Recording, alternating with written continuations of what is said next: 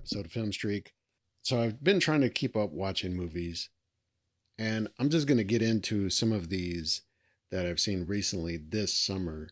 A couple of these are kind of older, but the first one I want to talk about is Superman and my expectations going into it, and then kind of the feelings afterwards. But it's an interesting time, I think, for superhero movies. This whole comic book thing with Marvel and DC and some of these other films that are coming out, the one offs that have sometimes been really interesting and really intriguing. But I really think the whole fatigue thing is real. I did say at one point, I don't know, probably like 15 years ago, that, yeah, I think we're on the tail end of this thing. And turned out to not be the case, of course. But I think within the last 5 to 7 years, I think we've really seen that. Ever since Endgame, I think Marvel has just been, they've just, they've had some bad beats. And DC has had just as many troubles.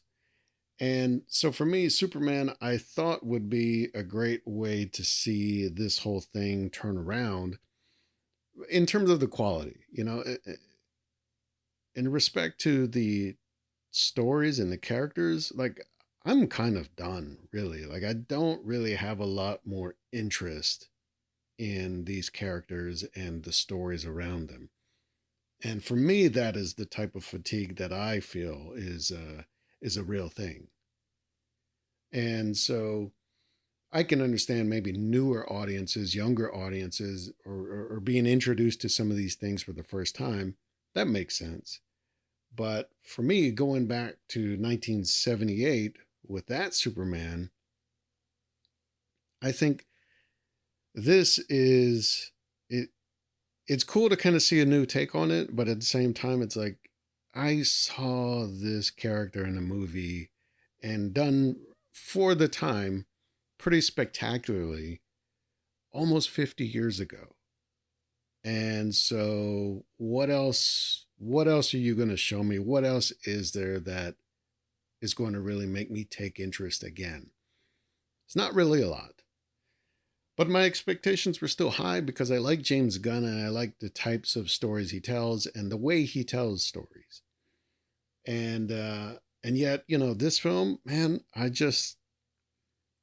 didn't know what to think about it.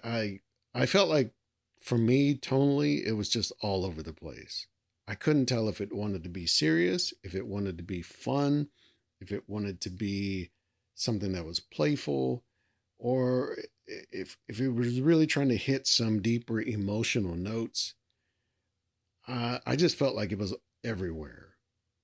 And not only that, but I think stepping back and looking at the film and thinking about it afterwards, it's like, this really isn't a Superman film. I mean, it is because he's the main character, he's the protagonist and kind of driving everything. But my big takeaway was that this wasn't a film about Superman. It really wasn't. A lot of it revolves around him, but the bigger part of this is building the world out. That includes all these other characters, the Justice Gang, and even Lex Luthor, and but also just setting the tone, right? Setting a different tone. I think the tone is uneven and just not really making sense. It doesn't hold together for me, but it's a new tone. It doesn't sort of ape everything that was done with the 70s and 80s Superman films. It doesn't even try to go into Zack Snyder territory, although it kind of jumps around between both and then something new. And for me, I feel like what it really comes down to is this is more of a comic book sensibility that this film has. I just mean like the sort of fantastical nature of it. The idea that, yeah, you can just kind of break the laws of physics and logic because it's all fantasy, it's all make believe. None of this stuff is real. And so when you see things like plot holes and logical things that don't really add up, or why characters make decisions or why things happen the way they happen, you just chalk that up to like, it's all make believe. It's all fun and pretend. And I think for films to do that, it's kind of a challenge because it's a medium that's grounded in reality, right? Or live action, let's say. If you're doing animated things or CGI, right, like Pixar, all that kind of stuff, yes, go for it. Shoot for the moon.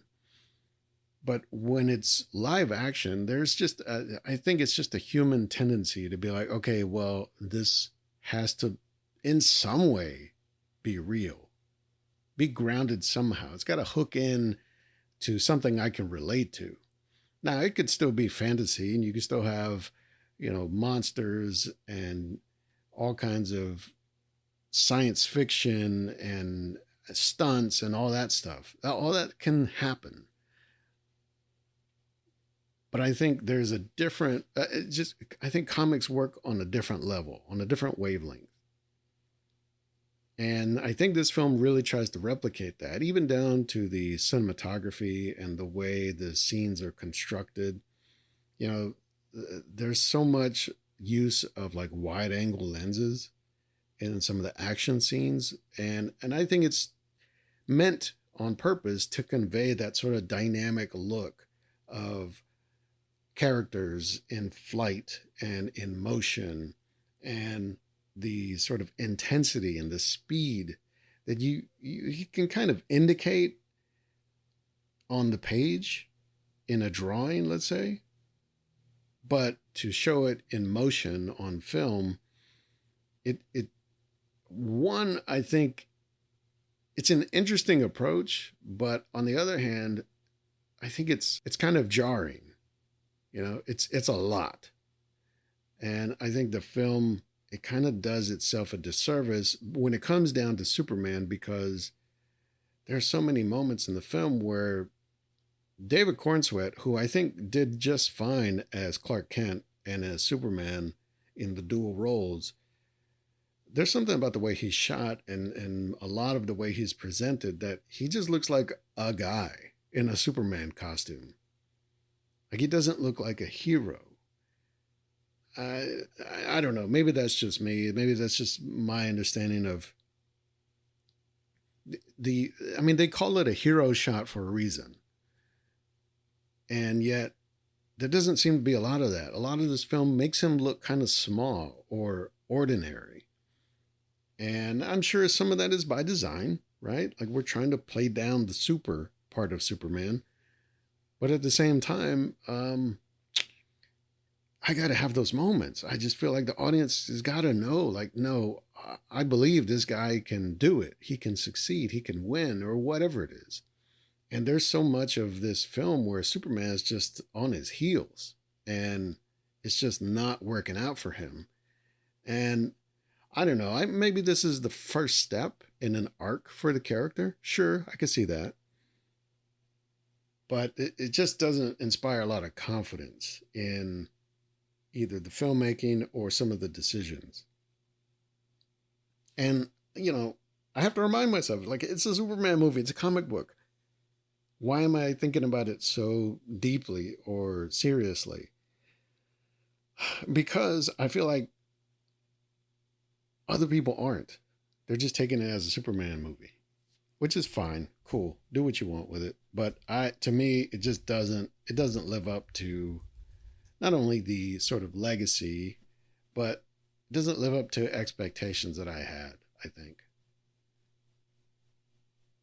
And so, follow that up with, I watched the documentary Superman. It's about Christopher Reeve and his career and his life. And the thing that he sort of struggled with even before being injured and paralyzed, with rising to fame, like just out of nowhere to be Superman, and then still having to deal with that and never really being able to escape it. Trying to do other acting roles and do other things with his life and with his stardom. And yet, never really finding his way past that. And then once he was injured in the accident, a horse riding accident, became paralyzed and had to live through the use of was like breathing machines and the real like actual struggle of that. I think it changed things. It put life in new perspective. It gave him a new perspective on life. And I think the film, the documentary, it really walks you through that whole series of events, but also how it affected his family, his children, right, the people around him, his co-stars, and what it meant for them to see him go through this. And and there's parts of the film that I feel like they were probably recorded and made as to document some of his process of healing or trying to recover or trying to move again or walk again or any of those things. And yet to see it for me for the first time and thinking like, oh wow, man, this is really, really tough to watch. It's one of those things that's so moving and so tragic that someone who, like, literally the entire world could look up to, even as just a an actor who plays a hero, but to look up to him with that, still imbue that kind of heroism onto him. And meanwhile, he's not necessarily that person. And he admits as much. It's like, I'm not Superman. I'm not the hero. But to still kind of project that onto him and to see it really taken down to the lowest of lows, I thought it was a really eye-opening documentary. It was very moving. And as someone who was around for some of those periods in time when he was Superman and then when he was the man in the chair, and then the sort of comeback, let's say, from finding a new way to be active and to still be involved with film and all that, and then to his passing, it's interesting to just see it all at once. It's one thing to kind of see it here and there throughout years of a lifetime, but to see it all summed up, it's really powerful. So I went from watching those movies and I thought, all right, let me get out of Superman mode for a little bit. And I went into the racing mode. And here's where I got to say, I think F1 for me so far, we're halfway through 2025. I think this is probably the best movie I've seen this year.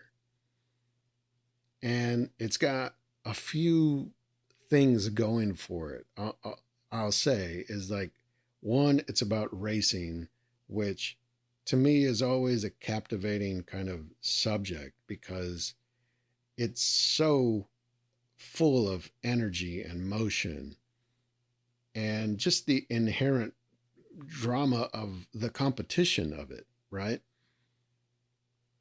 But also, this film has done some really unique and I guess innovative things with how it was filmed that I just can't see another film getting any closer to depicting what it's like to be in an actual race car, actually racing. And also, I mean, you've got characters, you've got a plot that, yeah, it feels kind of reminiscent of some other things. I mean, my first thought as I'm walking out of the theater is, oh, this is kind of Days of Thunder.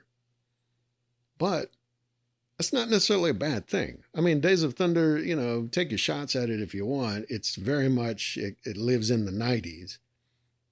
But it is I think, for at least plot wise, it's a pretty adequate way to get an audience into a story with a character who also has to learn and understand the world just like the audience. You know what I mean? It's a device that works. And so this film really takes all that to 11. I mean, or if not 12, right? It really goes for it. And it's got just enough humor and drama to make it compelling, where it's not like you just want to see the racing, but you want to see the characters succeed. You want to see them do the thing that they're trying to do. And to the point where, the film tries to walk the line of not talking down to the audience, but also not talking above the audience, like trying to be something that people who have no idea about F1 can understand, but everybody who does know about F1 doesn't feel like, oh, this is BS. And I think it does some interesting things in that it shows how, look, when you're in competition, sometimes you got to fudge the rules. You got to bend the rules, or you got to use the rules to your advantage. And this is, it makes the film fun, but it also reminds you, like, yeah, they're not just cheating their way. They're really trying to find all the cracks that they can slip through to get ahead, to win. And I think anybody who understands competition, which, look, it's America, we understand competition. This film works. And so not only that, but the production level in this thing is top notch. I mean, I can't see any moment in the film where I'm like, you can tell they didn't really take the time to do that, or they faked that, or anything like that. I mean, it's really well done.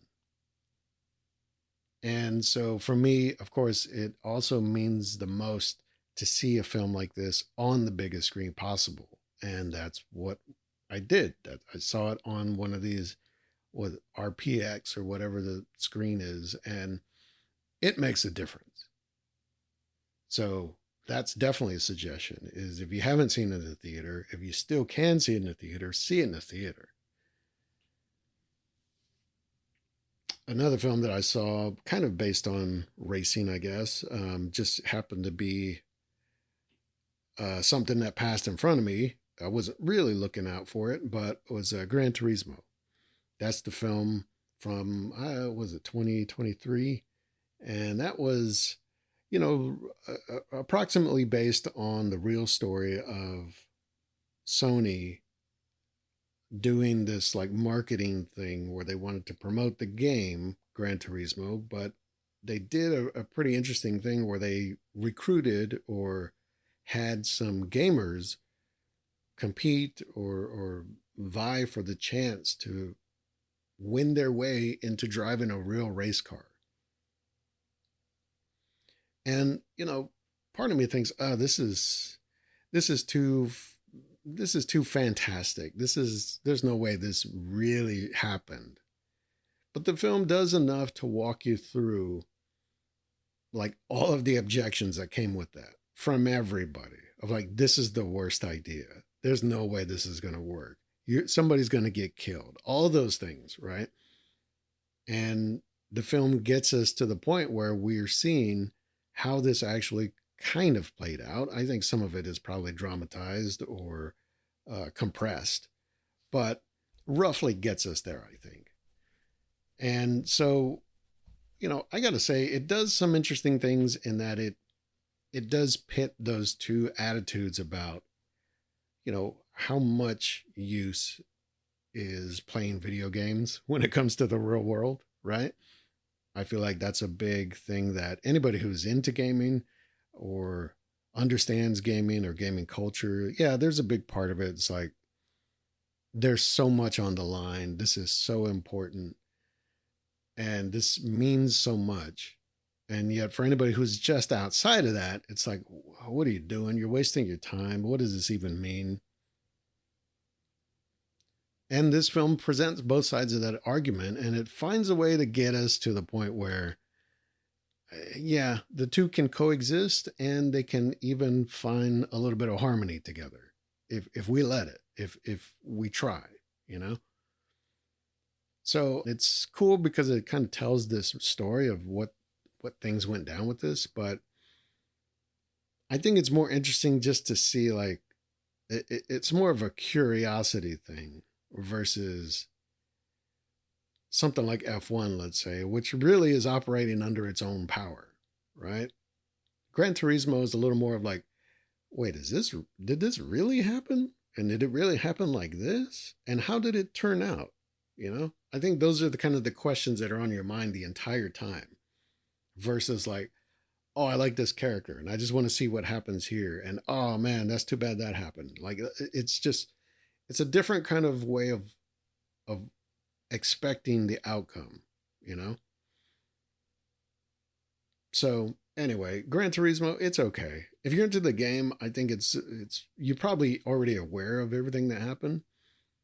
But this is at least a way to, I don't know, so depict it in a little more of a dynamic sense versus like reading some news articles or watching some video about it.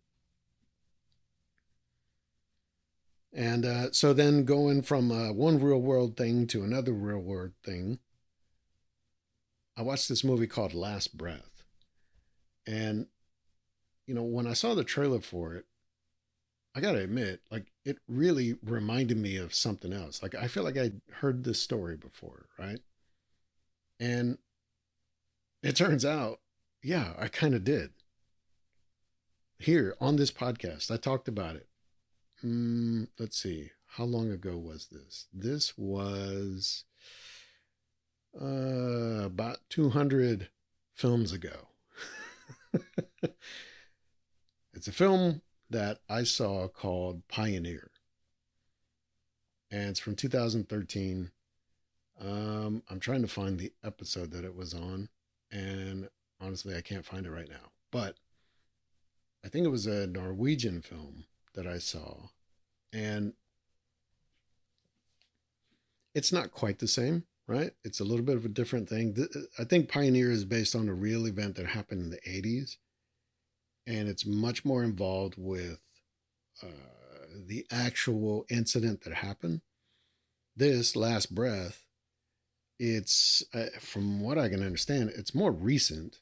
It's a more recent event that the film is based on, and it's less about the incident that happens where these divers get kind of trapped down, you know, at the bottom of the ocean, and it's more about what happens afterwards, right? Like the sort of repercussions of all that, the trauma of it, the sort of the lasting effects of, you know, someone basically seeing their life before their eyes and what happens.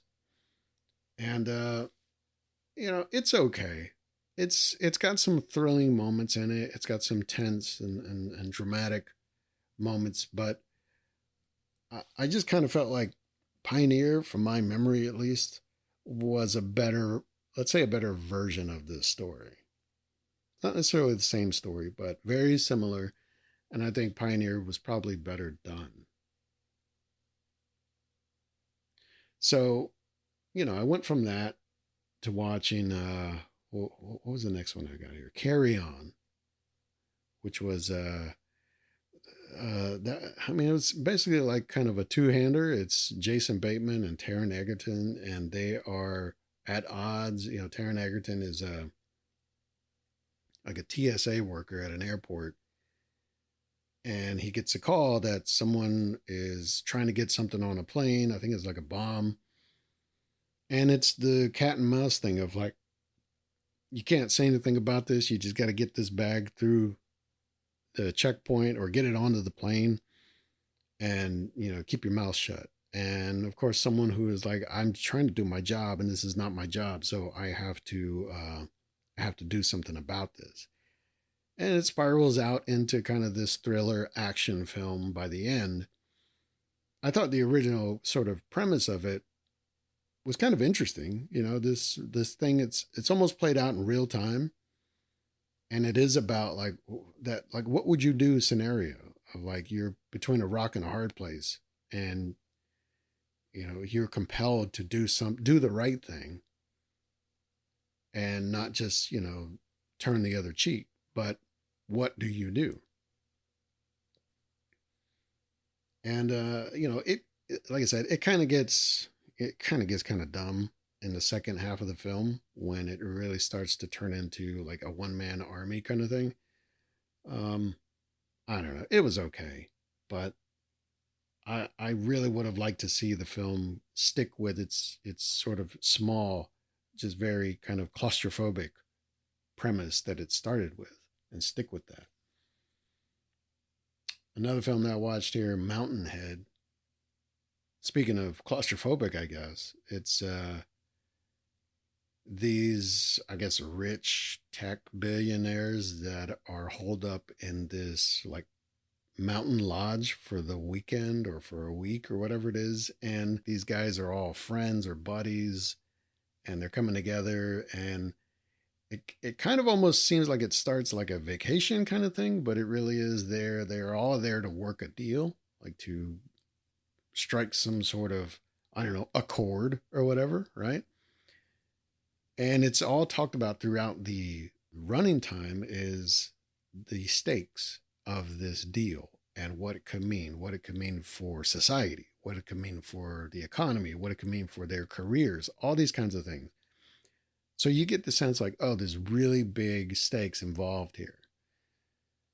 And to the point where three of the guys decide to turn on one of the guys. And it becomes then this sort of tense, like, are they going to kill this other guy? Or are they going to do something to upend his part of the deal? How is this going to shake out? And I just feel like there's a little bit of comedy in here, but also the thing where it has this thing that none of these characters are likable. And that's always tough for me. I've said it many times here now, but you're telling a story and you're telling me about characters that are trying to, either compete against each other, trying to get up on over on the others. And yet I don't want this to work for any of them. And, I think it says a lot that this is written and directed by Jesse Armstrong, who was one of the driving forces. I think he's even the creator of Succession, which is a show about a lot of unlikable characters. Even though some of them you can get on their side, you can get behind what they're trying to do, but it's really hard to like them. And so part of the fun of it, at least with Succession, is watching them all stumble and fall down and get their comeuppance, especially by the end. This feels like it could have even been an episode of Succession or like a subplot in that show, and yet I just feel like the wave might have passed already. I just don't see why. I just don't see why this film was even made, honestly. So, last one I want to get to here for now is a little film that I just saw called The Fantastic Four: First Steps. And this is what looks like, what appears to be Marvel's real return to the top of the mountain. And, I liked Thunderbolts enough. I thought it did what it needed to do. And I thought it did it better than I thought it was going to work. I don't know that it's made the money it needs to make or has gotten enough eyes on it to really show people that Marvel is still around, or let's say they're back, or whatever you want to call it. But this one, I think, should do the trick. And the thing that stuck out to me is that just like Superman, this film had a lot of work to do in the sense of it's kind of starting some things over. And it's not starting like the MCU stuff, all that. It's not starting that over. But what it's doing is it's kind of resetting our expectations a little bit.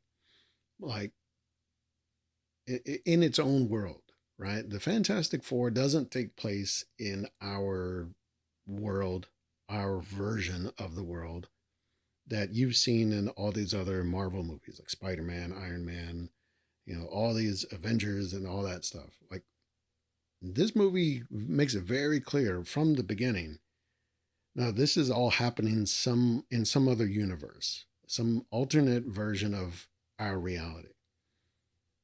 And it's happening in the 60s, but there are flying cars and robots. And so it's doing a lot to tell us like this is different. Okay, you just got to go with it. And here's what I give it. And of course, this is backed by Disney, but this film pulls out all the stops in showing us that. That's what I'll give it. Is it commits to it? Commits to the bit. Everything from like the newsreel footage to the magazine covers to the just the set design and the wardrobe and the music. There's so much that is telling us like, no, we are here. We're not over there. We are here. And you've got to believe in this world. It's so fully fleshed out. Everything where you see exterior like locations and sets, it's done up. So there's no confusing of like, well, how come there are no cell phones and where like, the whole thing with Superman of like, oh, social media is blowing up. Like that's not a thing here. One, we're in the past, but also like even we have better technology than we really have, but we don't have cell phones. How does that work? But that's the idea, right? It's like this is just different and you just got to go with it and you got to adhere to these rules. And so the fact that this film does all of that, but also introduces, I think, an element that really hasn't been so prominent in Marvel's films after all these films so far, is the idea of family, like of actual family. There are some elements in other films, but it's never really the focus of the stories, and it's never really what drives the characters. And here, I mean, you've got these characters that they are partly actual family and partly adopted or friends, let's say, but there's a real element that these people are looking out for each other in the deepest way and they care about each other in the deepest way, even beyond their sort of individual, you know, setbacks or their shortcomings or whatever. It's like, no, they still care about each other. They're still willing to do whatever for each other. And, even when it comes down to the two, I guess the two main characters, but you've got Reed Richards and you've got Sue Storm, right? The sort of husband and wife of the team. They're having their baby, and there's enough reality in their dialogue, in their scenes together, that it's like, yeah, this is the kind of stuff you talk about and you have to deal with as parents, as a married couple, as people who are building a life together and sometimes struggling to keep that life together. Those are real things you have to do and you have to go through and talk about. And so I really like that it went in that direction. The thing that I feel like it's a little short on is it also had to do so much work to get us back to get us on the path, right? Like now that we know, which I kind of wish Marvel didn't do this. It's become so routine though, is like they have to announce like the next 5 years of shit versus, hey, just release this film. And by the end of it, we'll be wondering what's coming next. And it might be interesting. It might be cool. It might be just mysterious, but at least we're left to think about it versus I already know the next 3 films that are coming out after this. So I'm already kind of making up my mind and deciding and theorizing of what is going to happen and how it's going to happen and who's going to be involved. I really wish that kind of thing would go away. I get it. You got to tease it. You got to you got to guarantee we're going to have seats. We're going to have butts in seats next summer. Sure. I get it's a business. But as an audience member, I just like the idea of still being able to just wonder and maybe even just kind of like let it go for a while. Like, okay, that was a cool thing, or I enjoyed it. I was intrigued by it. Okay, but I got to put it down. And then in a year from now, I'll come back and then I'll be blown away. Versus, up from now until next year, I'm going to be wondering and thinking and just obsessed with it. That's marketing, of course, people. That's kind of how it has to go. I just wish it weren't always a thing because it ruins narrative arcs and developments. And I think it kind of ruins creativity too. Because that's how I think Marvel got in the place that it got to is it was trying to set up so many other things and then maybe realized, oh, we can't really make good on all that. Or we can't make good on it and make it make sense. So that's not really the film's fault, I guess. The film still does what it needed to do, and it does it in a pretty fun and interesting way. But it leaves some threads open, hanging. And of course, it's got a big kind of reveal at the very end, or like the post credits thing, where it's setting up the next thing. And sometimes I like that, sometimes I don't. I think this does less instead of what was done in Thunderbolts, which that post credit sequence really was doing some work to set up something that's coming. This one, it's very small, it's very important, but it's very small and it's very light on detail. And I think that's all you need to do, right? I don't need any more than that. Just let me sit with that and I'll see you next year. Ultimately, though, I liked the film. I liked what it was trying to do. I liked the way it did it. And I felt like tonally it was consistent and it was fleshed out. Like it really all held together. So for me, it's kind of the opposite, the counterpoint to Superman. It's like it had to do the same kind of work, but it did it in a much better way, and I enjoyed it much more.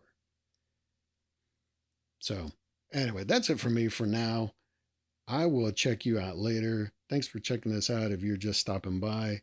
I've kind of gone to a more relaxed schedule, let's say that, with putting out episodes. But hey, if you're checking this out, I appreciate you. Meanwhile, you can go to filmstreak.com. You can find older episodes there. And we'll keep the march going to 1,000. What do you say? All right. Talk to you later. You know what to do. Go watch something new.